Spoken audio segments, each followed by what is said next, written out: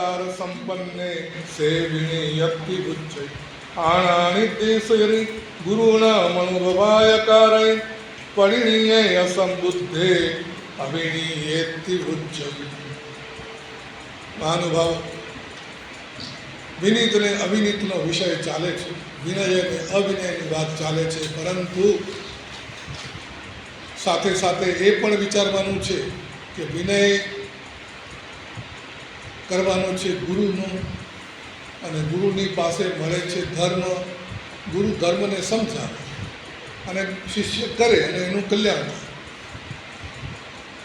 ધર્મ એ ઝીણી બુદ્ધિથી ઝીણી નજરે તપાસવાનો વિષય છે, સૂક્ષ્મ બુદ્ધિયા.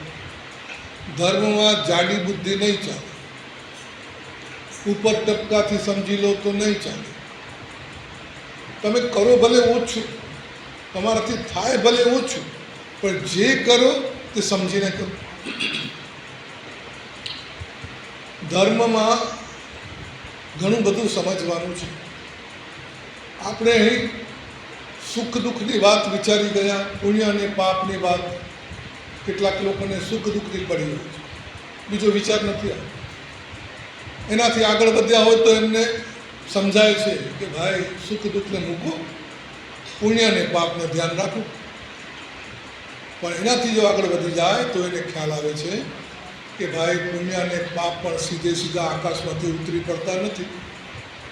પુણ્ય તમે કરો છો. તમે કેવી રીતે પુણ્ય કરો છો? પુણ્ય ક્યારે થાય?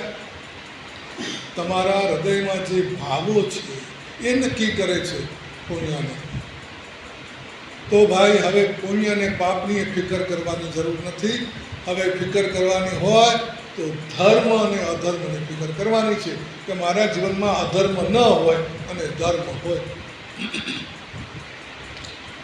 અને ધર્મ પુણ્ય આપે અને પુણ્યથી સુખ મળે એને હજી વાર લાગે, થોડો સમય લાગી શકે. કેમ કે હમણાં પુણ્ય કરો ને હમણાં જ કંઈ વરસી પડે આકાશમાંથી કે હાથમાં આવી જાય એવું નથી. તો ધર્મ હમણાં શું આપે? આ પણ એક મુદ્દો છે ને, વિચારવા જેવો મુદ્દો છે. ધર્મ એ ખાલી વાયદાનો વેપાર છે. વિશાલ, વાયદાનો વેપાર. ભાવ વધશે ત્યારે મળશે, હમણાં તો કંઈ નહીં મળે, હમણાં તો રોકાણ જ કરવા. પણ એવું નથી. ધર્મમાં જોડાવ છો ત્યારે હમણાં જ તમને કંઈક મળે છે. એ તમારા ધ્યાનમાં આવવું જોઈએ અને તો તમે ધર્મમાં ટકી શકશો. નહીંતર ઢીલા પડી જશો કે હજી કંઈ મળ્યું નહીં, હજી કંઈ થયું નહીં, હજી કંઈ મળ્યું નહીં, આટલો ધર્મ કરું છું, હજી કંઈ થયું નહીં. ધર્મમાં ટકવું મુશ્કેલ છે. ધર્મથી હમણાં શું મળે એનો આપણે વિચાર ઘણો કર્યો. તમને હવે સમજાઈ ગયું હશે કે ધર્મથી હમણાં શું મળે છે? શાંતિ. અને એમ જોવા જઈએ તો ધર્મથી બીજી પણ એક વસ્તુ મળે છે, શક્તિ. ધર્મથી શક્તિ મળે છે. ધર્મ તમને શક્તિમાન બનાવે છે. સુખ દુઃખને પહોંચી વળો, સુખ દુઃખની ચિંતા નહીં. સુખ દુઃખથી તમે સુખી કે દુઃખી ન થાવ. જરાક તકલીફ થઈને ઊંચા નીચે, જરાક મુશ્કેલી આવીને રોવા માંડે, જરાક ગડબડ થઈ એને ચિંતામાં પડે નહીં. ધર્મી માણસને ચિંતા થાય નહીં. ધર્મ પણ કરે છે અને રોગના પણ રડે છે. બે વાતનો મેળ પડે નહીં. ધર્મ હાથમાં આવી ગયો પછી શું ચિંતા? ચિંતામણી કર ચડ્યો આજ. કહે છે ને કે ચિંતામણી નામનું રત્ન હોય છે, એ જો મળી જાય ને તો બધી ચિંતા ટળી જાય. કેમ કે ચિંતામણી તમારા મનમાં જે વિચાર આવે ને, ચિંતન આવ્યું ને, ચિંતન થયું ને એ પ્રમાણે બધું થઈ જાય. વિચાર કરવો ને બધું થઈ જાય. તમારા મનમાં એક ઈચ્છા થઈ તરત પૂરી થઈ જાય. ચિંતામણી જો તમારી પાસે હોય તો તમારી બધી ચિંતાઓ દૂર. ધર્મ ચિંતામણી જેવો છે. ધર્મ છે ને પછી શેની ફિકર? આ બધા મહાપુરુષો વિકટ પરિસ્થિતિમાં, દુઃખમાં, આફતમાં, અરે મોતના મોઢામાં પણ સ્વસ્થ રહી શક્યા, હસતા રહી શક્યા. વિચાર ન આવે કે કઈ તાકાત હતી. ધર્મ કરવા જતાં મરવું પડ્યું તોય વાંધો નહોતો. માન્યમાં આવે મરવાનું આવી જાય તોય હસતા તોય રાજી. જરાક વિચાર કરો તો આજે પણ તમને એવા દાખલા આવા નમૂના જોવા મળે કે માણસ મરતી વખતે પણ હસતો હોય છે. ત્યારે બહુ જાણીતો દાખલો, તમે સમજી શકો. એક સૈનિક લડતા લડતા મોતને ભેટે ત્યારે રડતો હોય છે? રડતો હોય છે? નહીં, હસતો હોય છે, રાજી હોય છે. ભલે મરી ગયો, કઈ તાકાત ઉપર, કઈ તાકાત ઉપર? એના મનમાં દેશભક્તિ છે, કોકને બચાવવાની ભક્તિ છે, શક્તિ છે, કોકને બચાવવાની ભાવના છે. અને એમાં મરવું પડે તો પણ વાંધો નથી. આ તો આજે પણ જોવા મળે. એટલે એ નક્કી થાય છે કે જ્યારે તમારા હૃદયમાં એવી કોઈ ભાવના હોય છે, તમારા મનમાં એવા કોઈ ભાવ હોય છે, ત્યારે મોત, બીજું દુઃખ તો શું, મોત આવે તો એ વાંધો નથી. ભિખારી થઈ જવું પડે, રસ્તા પર આવી જવું પડે, કોઈ વાંધો નહીં. અને છતાંય સ્વસ્થ હોય. કારણ કે ધર્મ આત્માને શાંતિ આપે છે, ધર્મ આત્માને પ્રસન્નતા આપે છે, ધર્મ આત્માને અંદરથી ભરી દે છે. અંદરથી ખાલી હોય ને તો ટકી ન શકે, અંદરથી ભરાઈ જાય તો ટકી શકે. બીજું બધું ભલે નથી, પણ મારી પાસે ધર્મ છે. હેમચંદ્રાચાર્ય મહારાજના એક શિષ્ય હતા રામચંદ્ર સૂરી. બહુ વિદ્વાન હતા. હેમચંદ્રાચાર્ય જેવા ગુરુના લાયક શિષ્ય છે. હેમચંદ્રાચાર્ય મહારાજે એમને પોતાની વારસો આપ્યો. બીજા એક શિષ્ય હતા બાલચંદ્ર. એ જરા જુદી તરહના, ગુરુની પાસેથી જે લેવું જોઈએ તે ન લીધું. ઘણી ઘણીને વિદ્વાન તો થઈ ગયા, પણ હેમચંદ્રાચાર્ય જેવા ગુરુની પાસે રહીને પણ અંદરથી એમનો આત્મા જાગ્યો નહીં. અને એ છળ પ્રપંચ, કાવા દાવા, મોટાઈ, માન પાન એ રસ્તે ચાલ્યા ગયા. હેમચંદ્રાચાર્ય મહારાજે એમને આચાર્ય પદવી ન આપી. તું યોગ્ય નથી, તું આ પદને માટે યોગ્ય નથી, તને આચાર્ય પદવી નહીં મળે. અને ના પાડી એટલે થઈ ગયા દુશ્મન. હેમચંદ્રાચાર્ય મહારાજ ઉપર એમને ભારોભાર ઝેર છે. કુમારપણ મહારાજા ગુજરી ગયા પછી એમની ગાદી ઉપર જે આવ્યો એ નાલાયક. કુમારપણથી બિલકુલ વિપરીત. અને એની સાથે આ બાલચંદ્ર મળી ગયા કાવતરા કરવા માટે. અને હેમચંદ્રાચાર્ય મહારાજને પણ અપમાનિત થવું પડે એવા વાતાવરણ ઊભા થઈ ગયા. હેમચંદ્રાચાર્ય મહારાજ કાળ ધર્મ પામી ગયા. હવે ગાદી પર આવ્યા રામચંદ્ર સૂરી. બાલચંદ્ર એમને કહ્યું કે મને આચાર્ય પદવી આપ. રામચંદ્ર સૂરીએ ના પાડી, મારા ગુરુએ ના પાડી છે, તને આચાર્ય પદવી નહીં મળે. તો હવે તને બતાવી દઉં. અને બાલચંદ્ર અને કુમારપાળની ગાદીએ જે આવ્યો છે એ બંને ભેગા થઈને રામચંદ્ર સૂરીને સતાવે છે. રામચંદ્ર સૂરીને બોલાવ્યા અને કીધું કે તમે બાલચંદ્રને આચાર્ય પદવી આપો, નહીંતર હું તમને શિક્ષા કરીશ. રામચંદ્રે કહી દીધું, રામચંદ્ર સૂરીએ કહી દીધું, મારાથી એ નહીં બને, ગુરુ આજ્ઞા. અને હું પણ જાણું છું કે એ યોગ્ય નથી, એટલે આચાર્ય પદવી હું તો નહીં આપું. તો પછી શિક્ષા માટે તૈયાર થઈ જા. રામચંદ્ર સૂરીએ કહ્યું ભલે. અને એ રાજાએ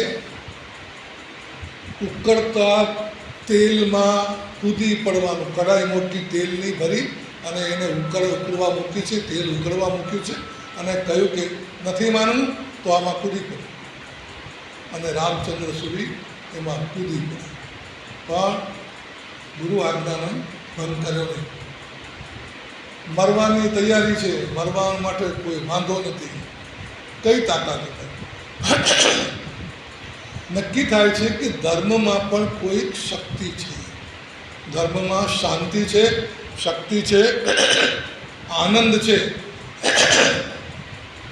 અને અંદરથી ભરાઈ જવાનું છે. અપૂર્ણ પૂર્ણતા મેથી પૂર્ણ માણસ્તુ હિયતે પૂર્ણાનંદ સ્વભાવોયમ જગદદ્ભુતદાયક.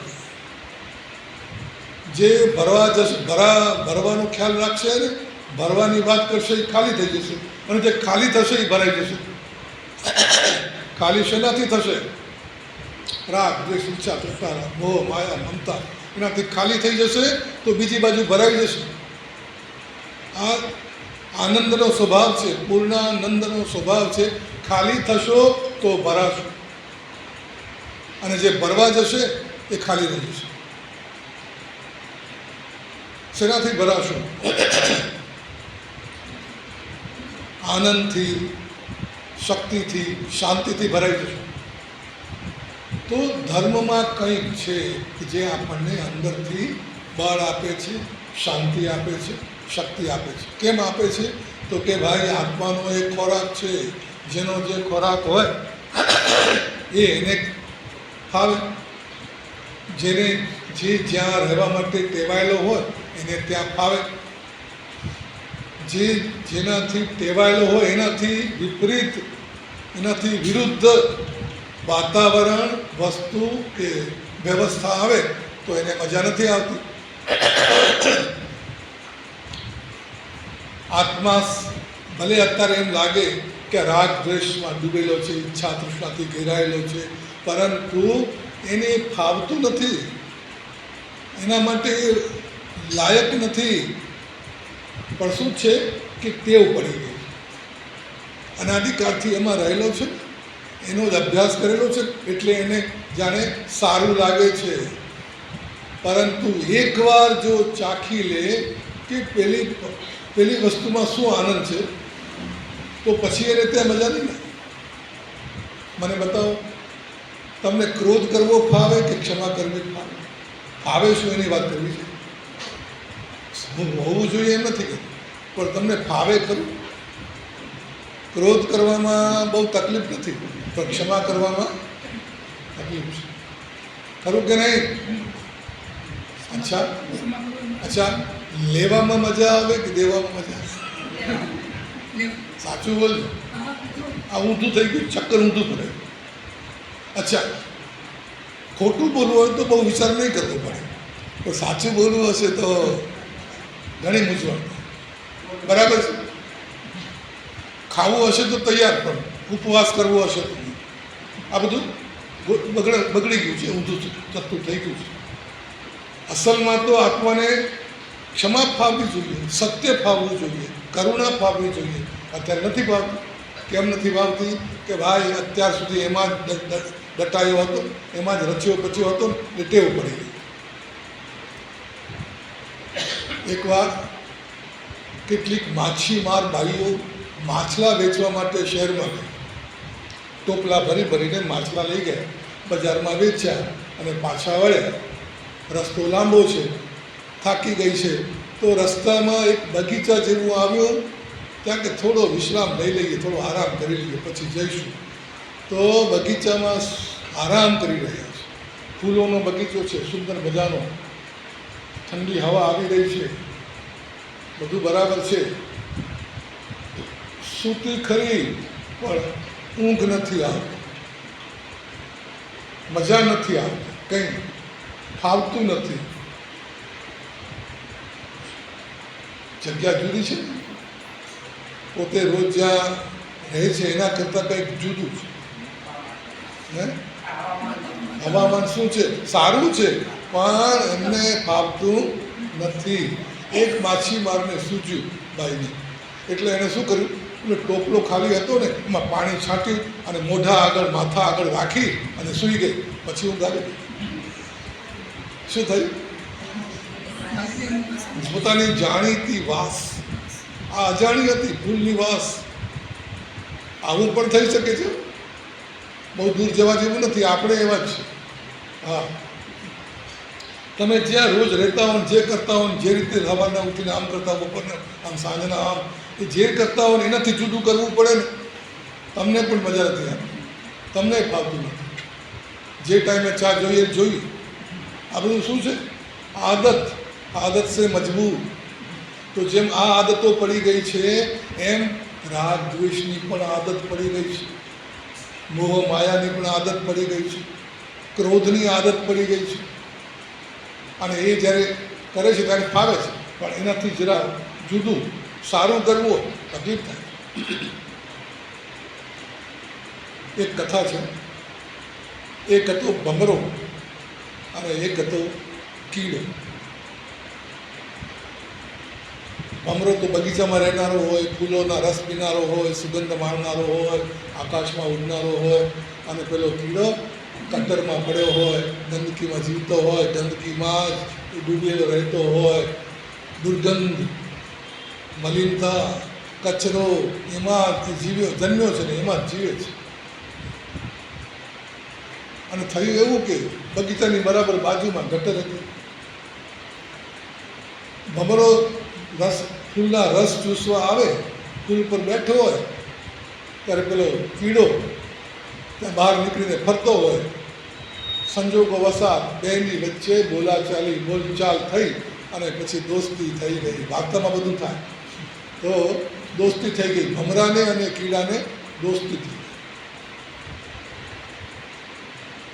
જોકે ભમરો બગીચામાં બેઠો હોય છે પણ પેલી ગટરની વાસ આવે છે એટલે ત્યાંથી ભાગવાનું કરે છે. પેલો કીડો કહે છે, કેમ ભાઈ આટલી ઉતાવળ કેમ જાય છે, જરા બેસ, વાત કર, મેળાવો કરી. તો કે ના, મારે તો બહુ નહીં બેસાય. કેમ? મને આ વાસ નથી ગમતી. તું આમાં કેવી રીતે રહે છે? તું આમાં કેવી રીતે પડ્યો રહે છે? મને સમજાતું નથી. તને કેમ ગમે છે? તો કે ના ના, એવું કંઈ છે નહીં, તો વાસ બાસ કંઈ નથી, એ તો બધું સરસ છે, બધું બરાબર છે. અરે આટલી બધી દુર્ગંધ, ગંદકી તને દેખાતી નથી? તો કે ના ના, આમાં કંઈ ખરાબ નથી, બધું બરાબર છે, હું તો અહીં જ રહું છું. ભમરો વિચાર કરી કે આને આ દુર્ગંધની ખબર નહીં પડતી, એટલે એણે એક ફૂલ તોડીને પેલાને આપ્યું કે લે, આ ફૂલ આ સુગંધ કહેવાય, પેલી તારે પાસે દુર્ગંધ છે, આ સુગંધ કહેવાય. બગીચામાં સુગંધ હોય. પેલો ભમરો સુગંધ માટે એને ફૂલ આપે છે, પણ કીડાને કાંઈ સારું લાગતું નથી. ફૂલને જુએ છે, સૂંઘે છે અને પછી કહે છે, ખાસ કંઈ નથી, આમાં કંઈ ખાસ તમને દેખાનું નહીં, શું છે? ભમરો વિચાર કરે કે આને આ સુગંધ કેમ નથી આવતી? ફૂલમાં તો સુગંધ જ હોય ને, આ કહે છે કંઈ નથી. ભમરાને ખ્યાલ આવી ગયો કે આ કીડો ગંદકીમાં જ રહ્યો છે, જન્મ્યો છે, જીવે છે. ગંદકી એના અંગે અંગમાં ઘૂસી ગઈ છે.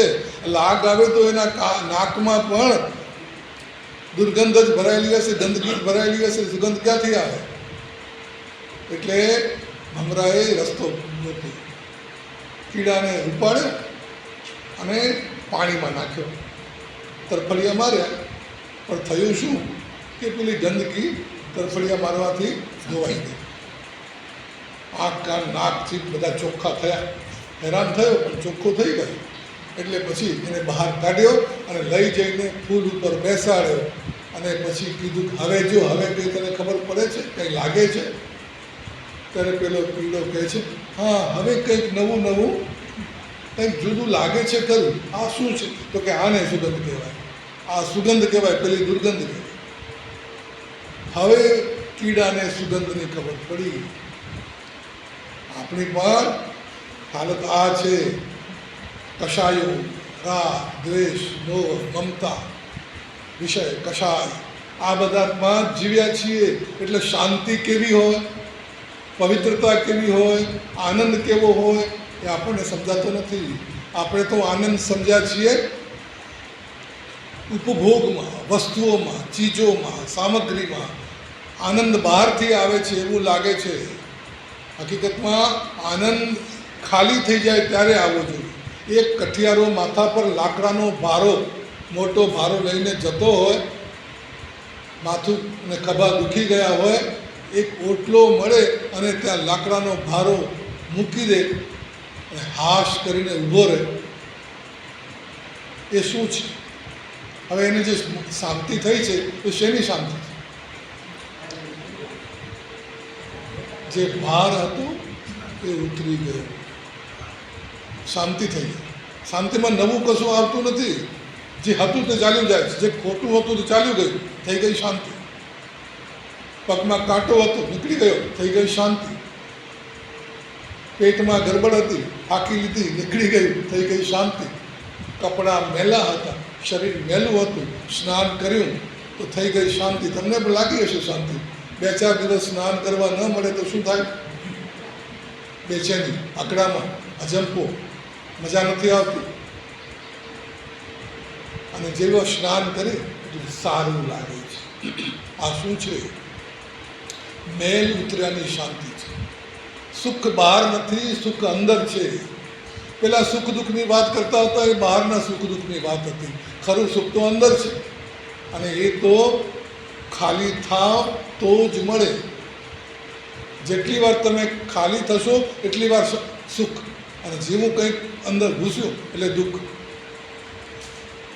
ધર્મમાં જ્યારે તમે ઊંડા ઉતરો છો ત્યારે શું થાય છે? કશુંક તમારી અંદરથી નીકળી જાય છે, કશુંક તમારી અંદરથી ચાલ્યું જાય છે. જે પીડા આપતું હતું, જે કષ્ટ આપતું હતું, એ નીકળી ગયું, એની મજા છે. ધર્મની મજા, ધર્મનું સુખ એ મેલ નીકળ્યાનું સુખ છે. મેલ છે ત્યાં સુધી દુઃખ છે. રાગ, દ્વેષ, વિષય, કષાય એ આત્માને લાગેલો મેલ છે, અને એ નીકળે તો શાંતિ થાય. આનંદ અને શાંતિ એ આપણે માની લીધેલું કે વસ્તુમાંથી આવે છે એમ નથી. એના માટે પણ દાખલો આપ્યો, શાસ્ત્રોએ દાખલો આપ્યો કે કૂતરાને ઘણીવાર હાડકું મળી જાય તો બહુ ખુશ થઈ જાય. કૂતરાને હાડકું મળી જાય તો ખુશ થઈ જાય, અને બેઠા બેઠા હાડકું ચાવે. એ હાડકામાં કંઈ રસકસ નથી, હાડકામાં કંઈ સ્વાદ નથી, પણ એને સ્વાદ આવે છે. શેનો આવે છે ખબર છે? હાડકાને ચાવતા ચાવતા એના મોઢામાંથી જ ક્યાંક લોહી નીકળતું હશે, એ લોહીનો સ્વાદ એને આવતો હશે, અને એટલે એને એમ થાય કે મને આ હાડકામાંથી સુખ મળ્યું. હકીકતમાં જીવને પણ એવું જ થઈ ગયું છે કે વસ્તુમાંથી સુખ મળ્યું છે, પણ વસ્તુમાંથી નથી મળતું, મળે છે અંદરથી. શું મળે છે? થોડી વાર દુઃખને ભૂલી જાય છે, એને એ સુખ માને છે. પેલો કૂતરું પોતાના જ મોઢામાંથી નીકળતી લોહીનો સ્વાદ ચાખે છે અને ખુશ થાય છે. અહીંયા એવું થાય છે કે જે દુઃખ હતું તે ઘણીવાર ભૂલાઈ ગયું, એનું સુખ છે. તો માણસ શું માને છે કે મને વસ્તુમાંથી સુખ. બહુ સમજવા જેવું છે. દારૂડીઓ દારૂ પીવે છે, બીડી પીવાવાળો બીડી પીવે છે, કે પછી ક્લબમાં, રેસમાં, થિયેટરમાં, નાટક ચેટકમાં જવાવાળો ત્યાં જાય છે. શેના માટે જાય છે? એ જાય છે આનંદ માટે, ખુશી માટે. તો શું એને એ દારૂમાંથી સુખ મળે છે? જરાય નહીં. આપણી બુદ્ધિ કહે છે કે દારૂમાંથી એને સુખ મળતું જ નથી, એમાં સુખ છે જ નહીં. આપણી બુદ્ધિ બરાબર કહે છે, પણ એને સારું લાગે છે. શેનું સારું લાગે? દારૂથી શું થાય છે? સુખ મળે છે, અને જરાય નહીં. ખાલી દુઃખ ભૂલી જવાય છે. દારૂના નશામાં દુનિયા ભૂલી જાય છે, અને એને એમ લાગે છે કે હું સુખી, બહુ મજા આવે. જે વાત દારૂને લાગુ પડે છે ને, એ જ ચાને પણ લાગુ પડે છે, એ જ દૂધને પણ લાગુ પડે છે, એ હીરા મોતી માણેકને પણ. હા, હીરા માણેકમાં સુખ છે, માનવાનું સુખ છે, માની લીધેલું સુખ છે. તમને ખબર છે, કોઈ પાગલ હોય ને એ પથરાને પણ હીરા સમજે, કાગળને રૂપિયા સમજે, ડૂચા ચીથરા ભેગા કરે, એને એમાં સુખ લાગે. પણ આપણે ડાયા છીએ એટલે સમજીએ છીએ કે ના, એમાં સુખ નથી. પણ જ્ઞાનીઓ કહે છે કે સાચા હીરા મોતી હોય ને એમાં એ સુખ નથી. એ તો કલ્પના છે. હીરા શું છે? માનેલું છે. હીરા શું છે તમને ખબર હશે. હવે તો બધા બધું બહુ જાણતા હોય છે. હીરા શું છે? હીરા એટલે કાર્બન. કાર્બન નામનું તત્વ છે એક. અને એ કાર્બન એટલે એનો નમૂનો જોવો હોય તો કોલસા. કોલસો પણ કાર્બન છે, હીરો પણ કાર્બન છે. લો, હીરામાં કંઈક અંદર જાણે હશે એવું કાંઈ નથી. સોનામાં કંઈક હશે. સોનું માટી છે. અને તમારી આ નોટો 1000ની 2000ની એ શું છે? કાગળિયા છે. પણ આપણે જેવા કાગળ એ નોટ હાથમાં આવે એટલે અંદરથી ખુશી ઉભરાય, સારું લાગવા માટે માનેલું છે. આવતીકાલે આ નોટ રદ થઈ જાય તો પછી ખુશી નહીં થાય. અને પેલા આફ્રિકાના આદિવાસીઓ, જંગલીઓ, એમને તમે હીરા આપો ને, એને તમે સોનું આપો ને, રાજી નહીં થાય. એને તો શું છે? પક્ષીના પીછા, હાડકાના મોતી, જાનવરની છા, એ જોઈ એમાં ખુશ છે. હવે બતાવો સુખ શેમાં છે? કિંમતી શું છે? માનેલું છે, કલ્પના છે, વાસ્તવિકતા નથી. એક રાજા સવારી લઈને જઈ રહ્યો છે. રાજાના મનમાં એક વાત હતી કે મારે દુનિયામાં બધા રાજાઓ વિદ્વાનને, પંડિતને, બુદ્ધિશાળીને ઇનામ આપે.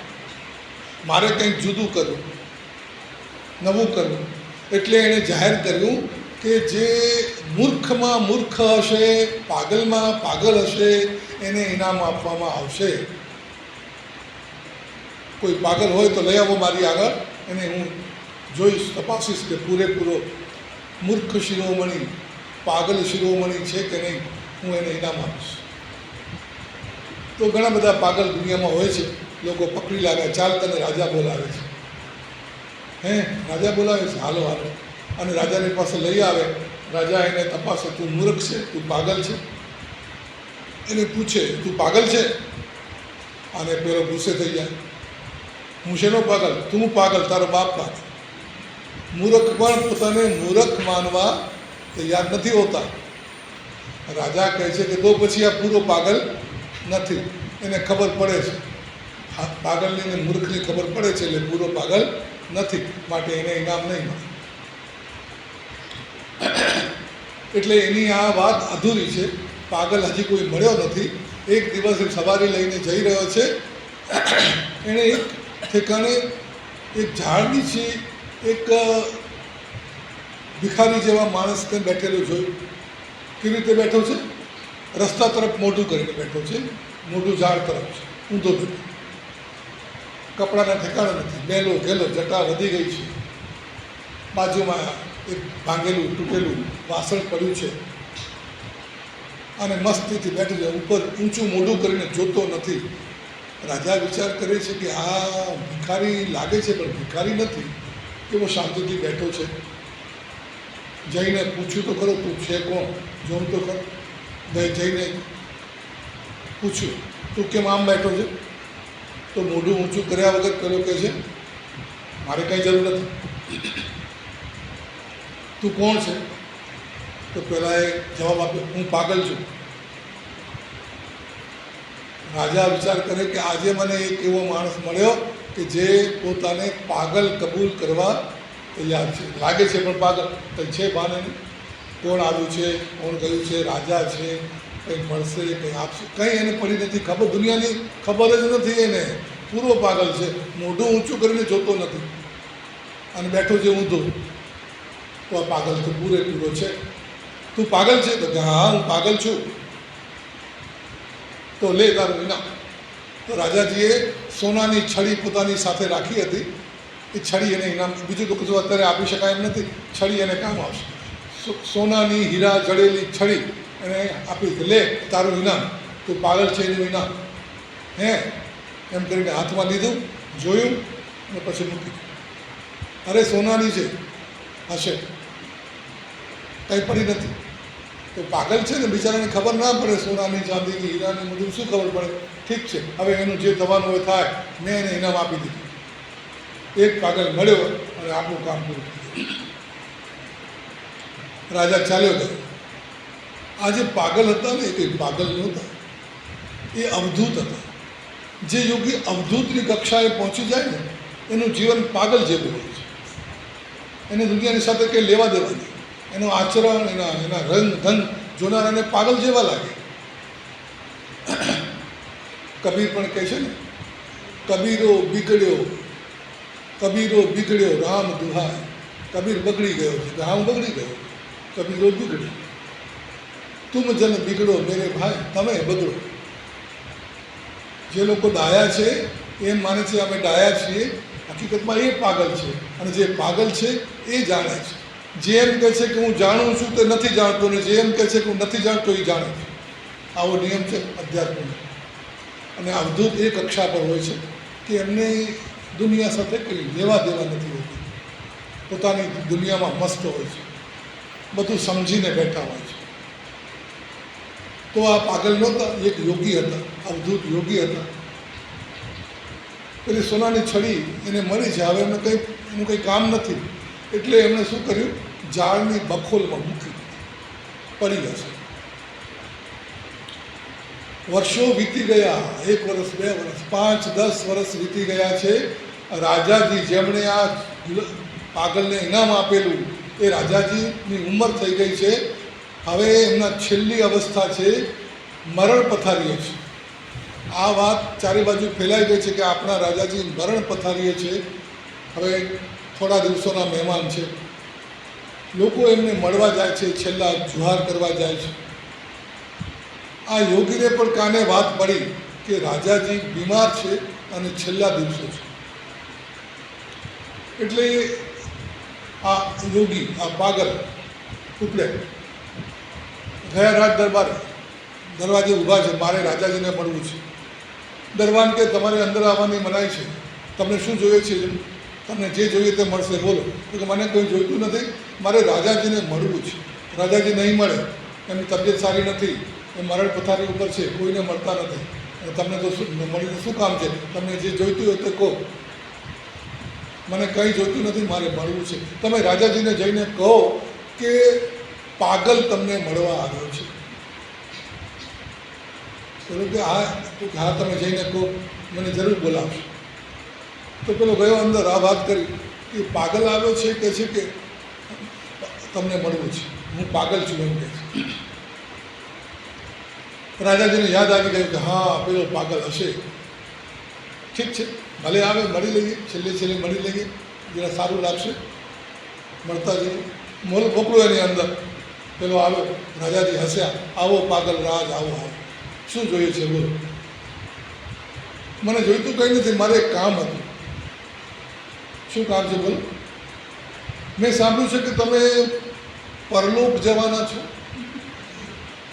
તો કે હા, પરલોક જવાનું પણ વખત આવી ગયો, હુકમ આવી ગયો છે, પહેગામ આવી ગયો છે, હવે જવાનું છે. અચ્છા, બહુ સારું. તમે પરલોક જાઓ છો તો મારું એક કામ કરો, આ હું છડી લાવ્યો છું, તમે મને ભેટ આપેલી, એ છડી તમે રાખો, લેતા જાઓ, અને હું ત્યાં આવું ત્યારે મને આપો. રાજા કહે છે, અરે તમે પાગલ છો, ખરેખર પાગલ લાગો છો. પરલોક જાઉં છું, પરદેશ નહીં, પરલોક. હા, પરલોક, બીજી દુનિયામાં ને. તો કે હા, તો ત્યાં બધું તમે આ લઈ જવાના હશો ને, તો ભેગું મારું આ પણ લઈ જાઓ, સફેદરું, અને હું ત્યાં આવું ત્યારે મને આપજો. રાજા હશે, પાગલ છે, અને ક્યાંથી ખબર હોય? અરે પરલોકમાં જે જાય એ કશું લઈને ન જાય, બધું અહીં મૂકીને જાય, છોડીને જાય. શું વાત કરું છું? તમે બધું છોડીને જવાના, રાજપાટ, ધન ભંડાર, ખજાના, સોના ચાંદી હીરા માણેક બધું? તો કે હા, એ તો મૂકીને જવાનું હોય, લઈને થોડું જવાનું હોય.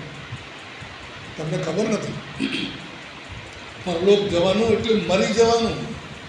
હા, મરીને પરલોકમાં જવાના ને, બધું લઈને નહીં જાઓ.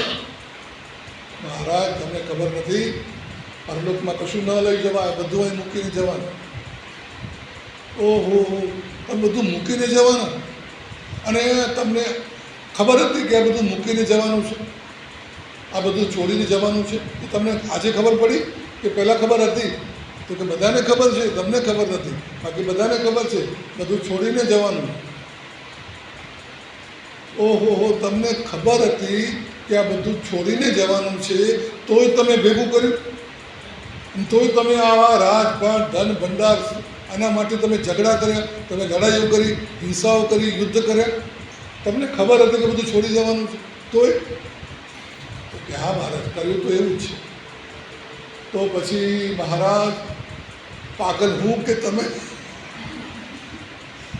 મને લાગે તમે મારા કરતાં મોટા પાગલ છો, એટલે લ્યો આ ઇનામ તમને પાછું. તમે પાગલ છો, હું નહીં. રાજા હવે સમજ્યો કે જેને પાગલ જાણતો માનતો હતો એ તો જ્ઞાની નીકળ્યા છે. પાગલ તો હું છું કે જેને છોડી જવાનું છે એની માટે આટલી ફિકર. તો પાગલને જેમ ખબર નથી પડતી કે આની કિંમત શું. પાગલ ગંદકીમાં બેઠો હોય, પાગલ લૂચા ચીથરા ભેગા કરતો હોય, તો આપણે એને પાગલ કહીએ છીએ. પણ એને એમાં મજા આવે છે. કેમ મજા આવે છે? પાગલ છે, એને ખબર નથી પડતી, એના બુદ્ધિ કામ નથી કરતી. તો જેમ પાગલની બુદ્ધિ કામ નથી કરતી, એમ નશાખોરની બુદ્ધિ પણ કામ નથી કરતી કે આ જે કરું છું એ સારું છે કે ખરાબ છે. એવી રીતે મોહ, માયા, રાગ, દ્વેષ એ પણ એક નશો છે, એ પણ એક ઘેન છે. અને એ ઘેનમાં ખબર નથી પડતી કે હું શું કરું છું. આપણે બધા એક જાતના ઘેનમાં છીએ. ભલે આપણે લાગતું હોય કે આપણે જાગીએ છીએ, બધું સમજીએ છીએ, બધું માનીએ છીએ, પરંતુ મોહ નિદ્રામાં છે. મોહ નિદ્રા બહુ સમજાય એવી નથી. જાગતા હોવા છતાં ઘેનમાં છે. આ ઘેન જરા જુદું છે. આંખો ખુલ્લી છે પણ અંદર ભાન નથી. ક્રોધ આવે છે ત્યારે ભાન જતું રહે છે, રાગ આવે છે તો ભાન જતું રહે છે, ઈર્ષ્યા આવે છે, ભાન જતું રહે છે. ત્યારે આત્માની પોતાની સમજ, આત્માનું જે જ્ઞાન છે, ડાપણ છે, જ્ઞાન ગુણ છે, આવરાઈ જાય છે. અને એ નશામાં હોય છે ત્યારે જે કરે છે બધું ખોટું હોય છે. એટલે જીવને આ મોહ નિદ્રામાંથી બહાર આવવાનું છે, અને એ માટે ધર્મનો અભ્યાસ કરવાનો છે. અત્યાર સુધી ઊંધો અભ્યાસ કરેલો, હવે સવડો અભ્યાસ કરવાનો છે. જે ખોટું છે એને સાચું માનેલું, સાચું હતું તેને નહીં સમજેલો, હવે એને એમાંથી નીકળવા માટે અભ્યાસ કરવો. તો આપણે જે કંઈ આરાધના કરીએ છીએ એ અભ્યાસ છે, પ્રેક્ટિસ છે, એક જાતની મથામણ છે. જ્યારે ઘેન ઉતરતું હોય ને, જેને એનેસ્થેસિયા આપવામાં આવ્યું હોય, પેલી ચામડીને મારી નાખવાની, ચામડીને જળ કરી દેવાની દવા, ઇન્જેક્શન આપ્યું હોય ને, ઘેનનું ઇન્જેક્શન, એનેસ્થેસિયા આપ્યું હોય, એની અસરમાંથી જ્યારે બહાર આવે ને ત્યારે છટપટાતો હોય, ત્યારે એ ધમપછાડા કરતો, ત્યારે અગડમ બગડમ બોલતો ઘેનમાં છે. અને આપણે પણ એવા ઘેનમાં છીએ. એમાંથી બહાર આવવા માટે ધર્મનું આલંબન, ધર્મનો અભ્યાસ કરવાનો છે. એક દિવસમાં નહીં થાય, કરતાં કરતાં કરતાં એકવાર સાંભળી લીધું, એકવાર વાંચી લીધું, એકવાર કોઈએ કહી દીધું, ખબર પડી ગઈ, એનાથી કંઈ નહીં થાય. એને ઘૂંટવું પડે છે, એ સત્યને ઘૂંટવું પડે છે, અને એને કહેવાય છે ભાવના. આ ભાવના શબ્દ બહુ સસ્તો બની ગયો છે, પરંતુ હકીકતમાં ભાવના એ મનની અંદર ઘૂસી ગયેલા ખોટા ખ્યાલ, ખોટી સમજ, ખોટા સિદ્ધાંત, ખોટી માન્યતા અને ખોટી અસર એને કાઢવા માટેની પ્રક્રિયા, એનું નામ ભાવના. 12 ભાવનાઓ સાંભળી હશે, નામ સાંભળ્યું હશે. 12 ભાવનાઓ. શું છે આ ભાવનાઓ? જે મગજમાં ખોટી વાતો બેસી ગઈ છે ને, એને હટાવીને સાચી વાતો ત્યાં ગોઠવવાની છે. આ ભાવનાનો વિષય એ પણ બહુ સમજવા જેવું છે. એના ઉપર આપ સૌ વિચાર.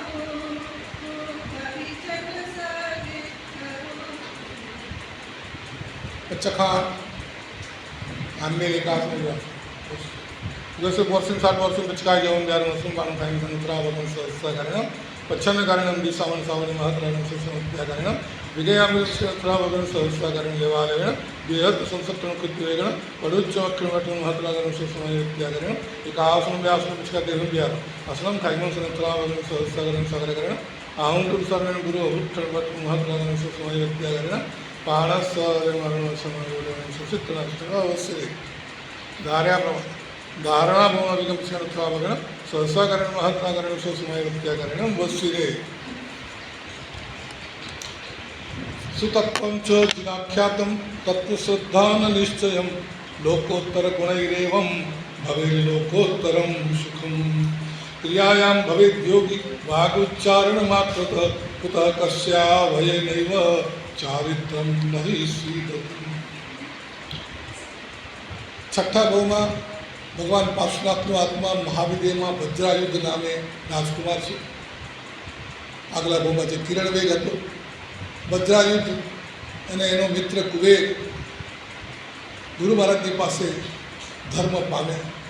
વજ્રાયુદ્ધ તો પામેલો હતો, કુબેર નહોતો પામે, નાસ્તિક હતો.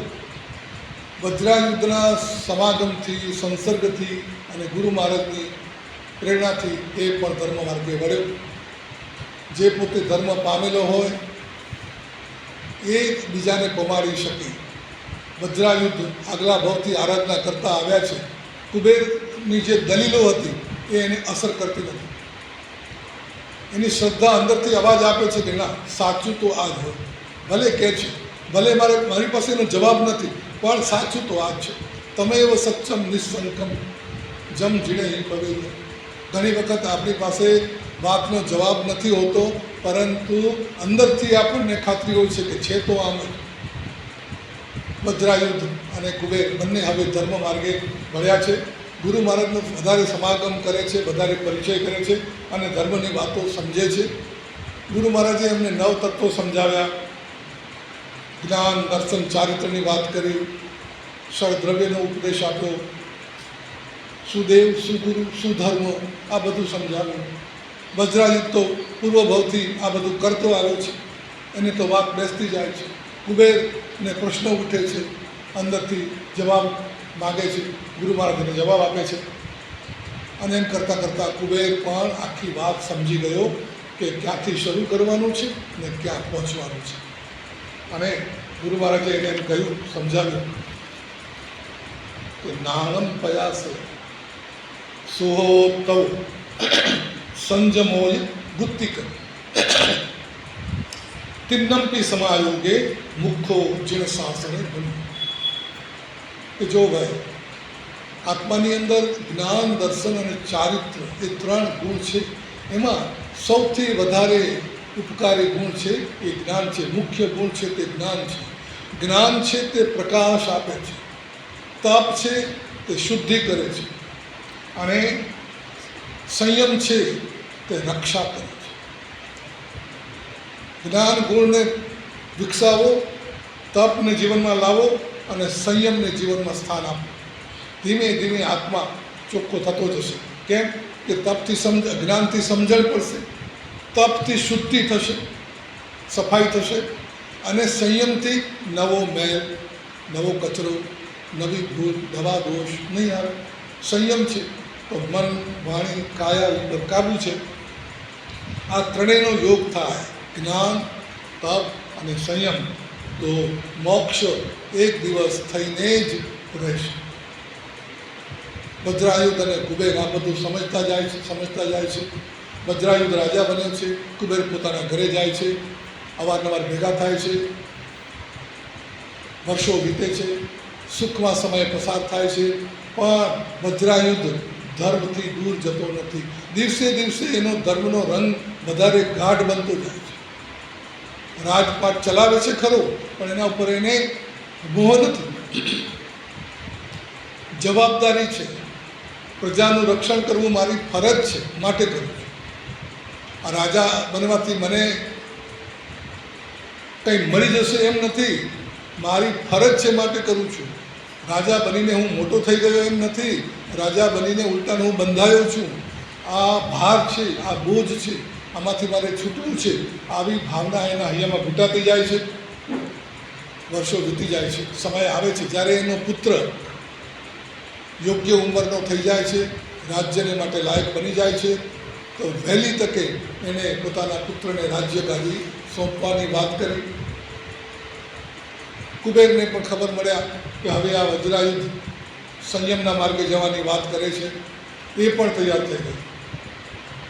રાજ્યનો ભાર પુત્રને સોંપી વજ્રાયુધ દીક્ષા અંગીકાર કર્યો અને પોતે રાજા હતા અને આમ હતું કે તેમ હતું, બધું ભૂલાઈ ગયું, ક્યાંય રહી ગયું અને એ સાધનામાં ડૂબી ગયું. ખૂબ આરાધના અને સાધના કરે છે. કર્મક્ષયની સાધના તો કરે જ છે. હકીકતમાં સાધના કરવાની છે રાગ દ્વેષના ક્ષયની. મોક્ષ થાય કર્મના ક્ષયથી, પણ કર્મનો ક્ષય કેમ થાય? એના માટે શું કરવું? કર્મનો ક્ષય થાય રાગ દ્વેષના ક્ષયથી, વૃત્તિઓના ક્ષયથી. ભવનો ક્ષય માટે કર્મક્ષય, પણ કર્મક્ષય માટે વૃત્તિઓનો ક્ષય. આપણી અંદર આ વૃત્તિઓ જે પડેલી છે, ઈચ્છા છે, તૃષ્ણા છે, રાગ છે, મોહ છે, મમતા છે, ક્રોધ છે, ભય છે, આ બધું અંદર રહ્યું હશે તો મોક્ષ ક્યાંથી? આ બધું લઈને મોક્ષમાં જવાય નહીં. તો કામ કરવાનું છે કે આ વૃત્તિઓમાંથી બહાર આવો, વૃત્તિઓનો ક્ષય કરો. સાધના આ છે. તો વજ્રાયુધ મુનિ અને કુબેર બંને સંયમના માર્ગે ચાલી નીકળ્યા છે, ખૂબ આરાધના કરે છે. અને હવે ગુરુ મહારાજે એમને એકલા વિચરવાની, સાધનામાં જ રહેવાની, પોતે એકલા જ સાધના કરવાની રજા આપી છે. તો બંને એકલા વિચરે છે. સ્વતંત્ર, નિરાલંબન, કોઈ આધાર નહીં, કોઈ બંધન નહીં, એવી રીતે વિચરે છે. વજ્રાયુધ મુનિ વર્ષો પછી ખૂબ આગળ વધી ગયા છે સાધનામાં. પૂર્વ ભવનો જે વૈરી સાપનો જીવ હતો, કમઠનો જીવ હતો, જે નરકમાં હતો, નરકમાંથી નીકળીને કેટલાય નાના મોટા બીજા આડાઅવળા ભાવ કર્યા હશે અને એ હવે એક સિંહ તરીકે એનો જન્મ થયો છે, સિંહ બન્યો છે, જંગલમાં રહે છે.